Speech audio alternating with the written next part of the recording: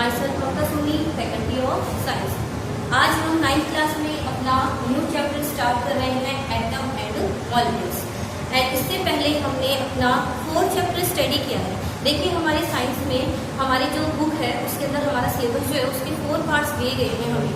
First part है हमारा chemistry का, सेकंड पार्ट है हमारा बायोलॉजी का, थर्ड पार्ट है हमारा फिजिक्स और नेक्स्ट पार्ट हमारा ईवीएस आता है। तो हम अभी जो हम चैप्टर स्टडी कर रहे हैं वो हमारे केमिस्ट्री के चैप्टर्स हैं, जिसमें हमने अपना 4 चैप्टर स्टडी किया था। अभी जो हमारा चैप्टर कंप्लीट हो चुका है वो हमारा चैप्टर नंबर 4 था। हम थोड़ा मतलब हमारा पीछे से हम अपने चैप्टर को रिविजन कर लिया, हम अपने चैप्टर को स्टार्ट कर रहे हैं। तो 4 चैप्टर हमारा कंप्लीट हो चुका है। आज हम 3rd चैप्टर स्टार्ट कर रहे हैं। 3rd चैप्टर है अपना एटम एंड मॉलिक्यूल्स। देखिए एटम एंड मॉलिक्यूल्स, इसके बारे में आपने अपने प्रीवियस जो क्लासेस, अपने प्रीवियस क्लासेस में या फिर हमारा जो अभी हमने चैप्टर स्टडी किया है उसमें भी हमने स्टडी किया है कि what is the atom. Atom का मीन्स क्या होता है? हमने स्टडी किया है कि एटम का मीन्स होता है इनडिवाइजिबल पार्टिकल ऑफ मैटर। किसी भी मैटर का जो इनडिवाइजिबल पार्टिकल होता है उसे आप क्या कहते हैं? उसे आप एटम कहते हैं। तो अब इस एटम को डिस्कवर कैसे किया गया उसके बारे में हम थोड़ा सा पहले इंट्रोडक्शन स्टडी करते हैं। कि इंट्रोडक्शन में हम ये स्टडी करेंगे कि एटम जो है उसको कैसे डिस्कवर किया गया।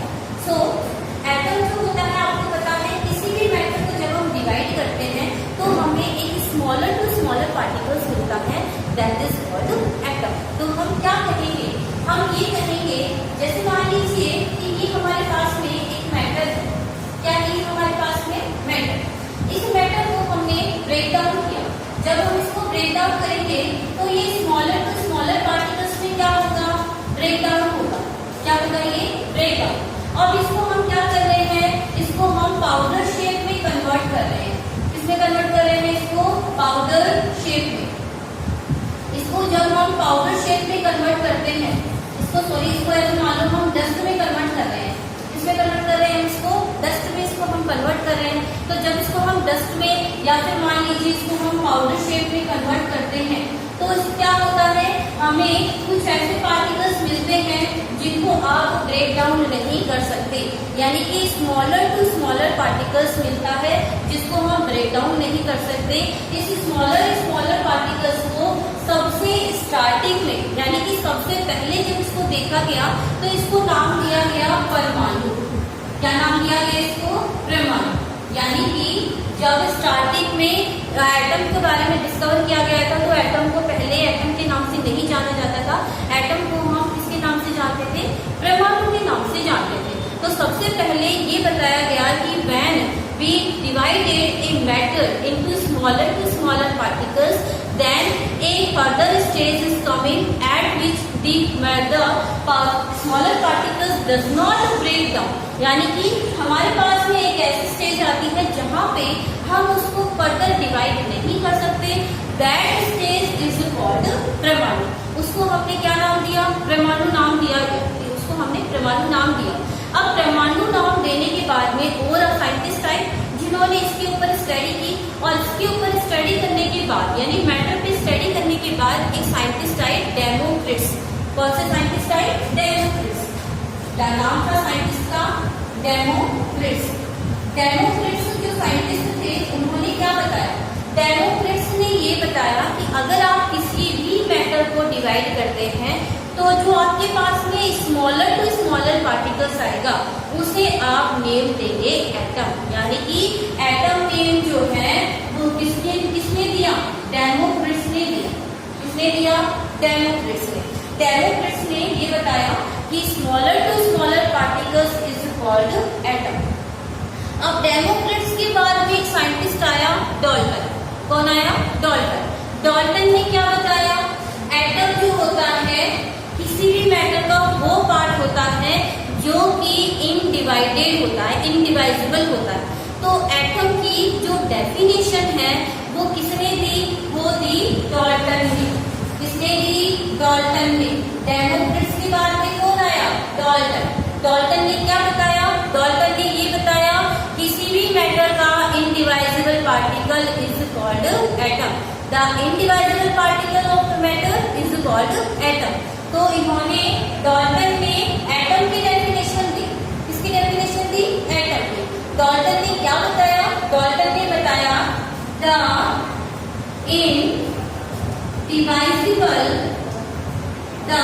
indivisible particle of matter is called atom. किसने बताया ये बताया डाल्टन ने। इसको हम थोड़ा सा रिवाइज कर लेते हैं। इंट्रोडक्शन को हमने क्या पढ़ा एटम के इंट्रोडक्शन में? हमने एटम के इंट्रोडक्शन में ये पढ़ा कि एटम जो है वो बना कैसे। हम एटम को आज जो स्टडी कर रहे हैं इसका स्टार्टिंग कैसे हुआ। तो इसका स्टार्टिंग कैसे हुआ, उन्होंने क्या, साइंटिस्ट ने क्या देखा, किसी भी मैटर को अगर हम स्मॉल पार्टिकल्स में डिवाइड करते हैं और स्मॉल पार्टिकल्स को अगर हम पाउडर शेप में कन्वर्ट करते हैं तो हमारे पास में एक ऐसी स्टेज आती है जहाँ पे हम उस पाउडर शेप को क्या नहीं कर सकते, स्मॉलर पार्टिकल्स में फर्दर उसको डिवाइड नहीं कर सकते। दैट स्टेज इज कॉल्ड परमाणु। उसको क्या नाम दिया गया? परमाणु। पहले एटम को किस नाम से जानते थे हम? परमाणु के नाम से जानते थे। अब क्या हुआ, परमाणु के ऊपर और भी साइंटिस्ट आए, उन्होंने क्या की, इस पे स्टडी की। तो अब जो साइंटिस्ट आया था वो था डेमोक्रिट्स। कौन आया? डेमोक्रिट्स। डेमोक्रिट्स ने क्या कहा, the smaller to smaller particles of any matter is called atom। यानी कि डेमोक्रिट्स ने परमाणु को क्या नाम दिया? एटम। एटम का मीन्स क्या है? the particle which is not break down further, that is called atom। ऐसा पार्टिकल जिसको आप फर्दर डिवाइड नहीं कर पाओगे वो क्या कहलाएगा? एटम कहलाएगा। अब एटम जो है उसकी जो डेफिनेशन आज हम स्टडी कर रहे हैं कि हम क्या स्टडी करते हैं, the indivisible particle of matter is called atom. अब ये हमें किसने बताया? ये हमें बताया डाल्टन ने। डाल्टन, डेमोक्रिट्स के बाद में कौन आए? डाल्टन। डाल्टन ने क्या बताया हमें? The indivisible particle of matter is called atom. किसी भी मैटर का इनडिवाइजिबल पार्टिकल क्या कहलाएगा? वो एटम कहलाएगा।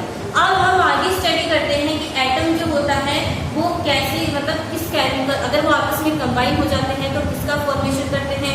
तो आपको ये पता है कि एटम जो होते हैं वो आपस में कंबाइन होने की कैपेसिटी रखते हैं। क्यों रखते हैं?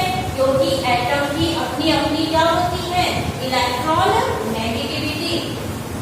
तो आगे हम क्या स्टडी करेंगे? आगे हम ये स्टडी करेंगे कि एटम जो है अगर ये आपस में कंबाइन हो जाए तो क्या बनाएंगे? एलिमेंट्स बनाएंगे। एटम कंबाइन होकर क्या बनाएंगे? एलिमेंट्स। और एलिमेंट्स अगर कंबाइन हो तो क्या बनता है? मॉलिक्यूल। क्या बनेगा? मॉलिक्यूल। और मॉलिक्यूल्स अगर कंबाइन हो जाए तो क्या बनेंगे? कंपाउंड। क्या बनेगा? कंपाउंड। और कंपाउंड के मिक्स होने से क्या बनता है? मिक्सचर बनता है। क्या बनता है? मिक्सचर। अब आपको क्या ध्यान रखना है? आपको ये ध्यान रखना है किसी भी एलिमेंट में जो एटम होते हैं ना वो सिमिलर होते हैं। किसी भी एलिमेंट में एटम जो होते हैं वो डिफरेंट नहीं होते। जैसे मैंने कहा कि Au गोल्ड होता है। Au क्या होता है? गोल्ड। Au को हम क्या कहते हैं? गोल्ड। गोल्ड के अंदर ओनली किसके एटम प्रेजेंट होंगे? गोल्ड के। यानी गोल्ड के अंदर किसका एटम होगा? ओनली गोल्ड का प्रेजेंट होगा। सोडियम के अंदर किसका एटम होगा? ओनली सोडियम का। तो कहने का मतलब क्या है? एलिमेंट में जो एटम होते हैं वो सिमिलर होते हैं। यानी कि एलिमेंट में same type of atom present होते हैं। अब एलिमेंट जो होते हैं वो कंबाइन होकर क्या बनाते हैं? मॉलिक्यूल्स बनाते हैं। जैसे मैंने कह दिया यहाँ पे हाइड्रोजन है। क्या है? हाइड्रोजन।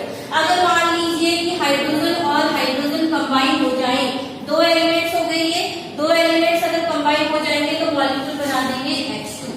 क्या बना देंगे? H2।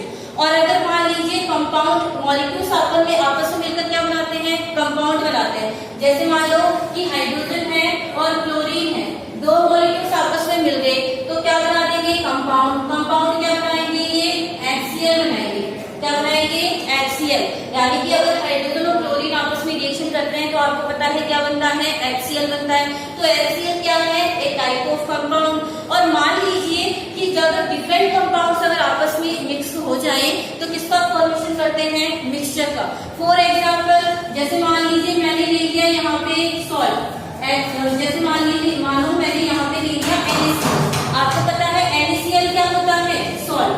अगर इस सॉल्ट को मैं मिक्स कर दूं किसके साथ में, NaCl को मिक्स कर दूं वाटर के साथ में। किसके साथ में मिक्स करूं, वाटर के साथ में, तो क्या बनेगा, तो ये बनाएगा तो ये बनाएगा सिरप ऑफ सॉल्ट। क्या बनाएगा, ये सिरप ऑफ सॉल्ट। कहने का मतलब क्या है कि आप जो वाटर होता है 1 ग्लास वाटर, उसमें आप सॉल्ट को मिक्स करते हैं तो ये होता है कि वो मिक्सचर तो बनता है, लेकिन ये ऐसा मिक्सचर होता है जो कि ऐड होने के बाद में हमें विजिबल नहीं होता। वाटर जो 1 ग्लास पानी होता है उसमें अगर आप सॉल्ट ऐड करते हो और उसमें आप उसको मतलब अच्छे से हम उसको डिसॉल्व कर देते हैं तो क्या हमें वाटर के अंदर सॉल्ट दिखाई देता है क्या, नो। यानी वो हमारे लिए क्या होता है, अनविजिबल होता है, लेकिन वो होता है एक टाइप ऑफ मिक्सचर जिसको हम आगे स्टडी करेंगे टाइप ऑफ मिक्सचर में। अभी हम केवल ये स्टडी करते हैं कि कंपाउंड आपस में मिलकर क्या बनाएंगे, मिक्सचर बनाएंगे। तो इसको हम थोड़ा सा रिवाइज कर लेते हैं। इंट्रोडक्शन में हम हैं तो हमने क्या स्टडी किया, एटम्स जो है वो आपस में कंबाइन होकर क्या बनाएंगे, एलिमेंट्स। एलिमेंट्स क्या बनाएंगे, मॉलिक्यूल। मॉलिक्यूल क्या बनाएंगे, कंपाउंड। और कंपाउंड से क्या बनेगा, मिक्सचर बनेगा। अब मैंने आपको बताया कि एलिमेंट्स में हमेशा same type of atom present होते हैं। जैसे मैंने कहा गोल्ड का एलिमेंट है तो गोल्ड के एलिमेंट में किसका एटम होगा, ओनली गोल्ड का। मैंने कहा सोडियम एलिमेंट है तो सोडियम एलिमेंट में किसके एटम होंगे, ओनली सोडियम के। मैंने कहा हाइड्रोजन एलिमेंट है तो हाइड्रोजन एलिमेंट में किसके एटम होंगे, ओनली, और हाइड्रोजन के एटम प्रेजेंट होंगे। सो आगे हमने क्या स्टडी किया, एलिमेंट जो है वो आपस में कंबाइन होकर क्या बनाते हैं, मॉलिक्यूल। तो मैंने कहा जैसे 2 हाइड्रोजन है वो आपस में अगर कंबाइन हो जाएंगे तो क्या बना देंगे, H2। और H2 के साथ में मान लो कोई दूसरा मॉलिक्यूल कंबाइन हो रहा है, जैसे मान लो Cl2 मॉलिक्यूल कंबाइन हो गया तो इसने क्या बना दिया, कंपाउंड बना दिया। क्या बना दिया, HCl। HCl क्या है, एक टाइप ऑफ कंपाउंड जो कि किससे बनेगा, मॉलिक्यूल्स के कंबाइन होने से बनेगा। अब कंपाउंड अगर कंबाइन हो जाए तो किसका फॉर्मेशन होगा, मिक्सचर का। अब देखो मिक्सचर जो होते हैं उसमें हम अभी आगे चैप्टर में स्टडी करेंगे कि मिक्सचर जो होते हैं उनके 2 टाइप्स होते हैं। एक तो मिक्सचर ऐसा होता है जो कि अगर बन जाए तो उसमें जो स्टेट होती है, यानी कि जैसे मान लीजिए कि मिक्सचर जो होता है कुछ तो ऐसे होते हैं जिनमें हमें जो भी हमने मिक्स किया है वो हमारे लिए अनविजिबल होते हैं। कुछ मिक्सचर ऐसे होते हैं जिनमें जो जितने भी मटेरियल उसमें प्रेजेंट होते हैं वो हमें सारे सेपरेट दिखाई देते हैं, जिनको हम आगे स्टडी करेंगे। मिक्सचर में हमने एक एग्जांपल लिया है। क्या एग्जांपल लिया, हमने सॉल्ट को वाटर में मिक्स किया। सॉल्ट अगर वाटर में मिक्स होता है तो सिरप ऑफ सॉल्ट बनता है, यानी कि जब आप वाटर के अंदर सॉल्ट को मिक्स करोगे तो वो आपके लिए इनविजिबल होता है। It is the type of mixture जिसको हम आगे स्टडी करेंगे। अब हम आगे स्टडी करते हैं कि ये जो एटम्स होते हैं, ये जो एलिमेंट्स है, मॉलिक्यूल्स, कंपाउंड, ये सभी क्या करते हैं, आपस में रिएक्शंस करते हैं। क्या करते हैं, ये आपस में रिएक्शन। तो आपने अपनी 8th क्लास में स्टडी किया है कि जो किसी भी कोई भी एलिमेंट होता है वो जब आपस में रिएक्शन करता है तो वो एक केमिकल रिएक्शन के द्वारा ही रिएक्शंस करते हैं। कहने का मीन्स क्या है कि कोई केमिकल रिएक्शन होती है जिसके अंदर जो सब्सटेंस पार्टिसिपेट करते हैं उन्हें हम रिएक्टेंट कहते हैं, और रिएक्शन के बाद में जो सब्सटेंस बनता है दैट इज कॉल्ड प्रोडक्ट। तो अब इनका नेचर क्या होता है, आपस में रिएक्शन करना। तो हम क्या स्टडी करते हैं, किसी भी chemical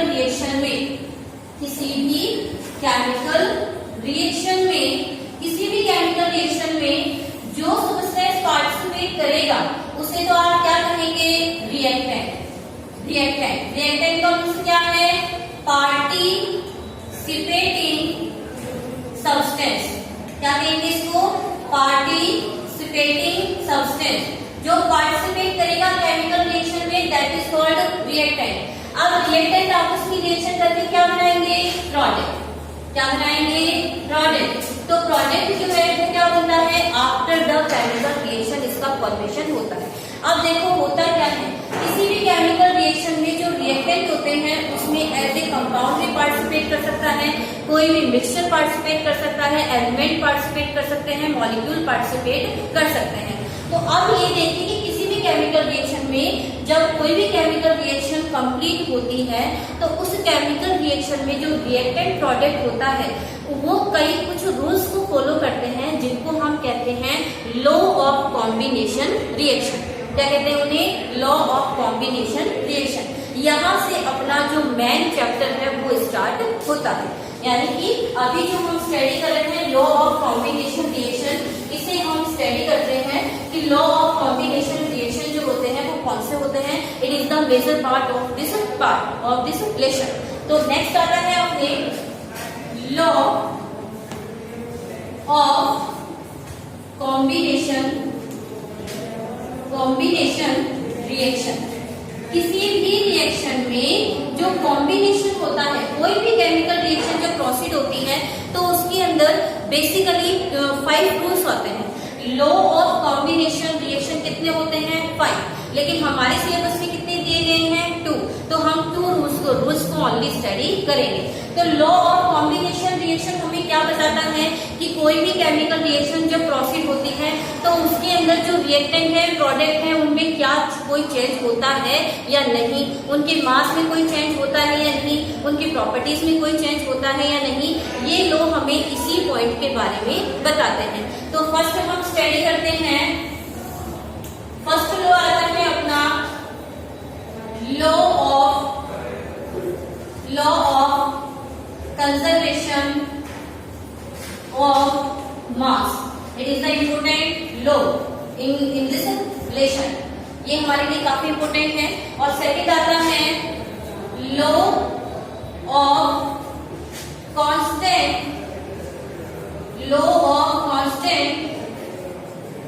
proportion. Law of constant proportion यानी कि ये 2 लॉज है जिनको हम अपने नेक्स्ट वीडियो में स्टडी करेंगे। नेक्स्ट वीडियो में हम स्टडी करेंगे कि किसी भी केमिकल रिएक्शन में ये जो 2 लॉज है वो किस तरह से फॉलो होते हैं। So thank you for watching this video. Video की जो PDF फाइल है वो आपको डिस्क्रिप्शन लिंक में प्रोवाइड करवा दी जाएगी। अपनी स्टडी में कंटिन्यू लगे रहें और जो भी किसी बच्चों को कोई प्रॉब्लम हो तो पर्सनल नंबर से कॉन्टेक्ट कर सकता है। So thank you for watching this video. Thank you.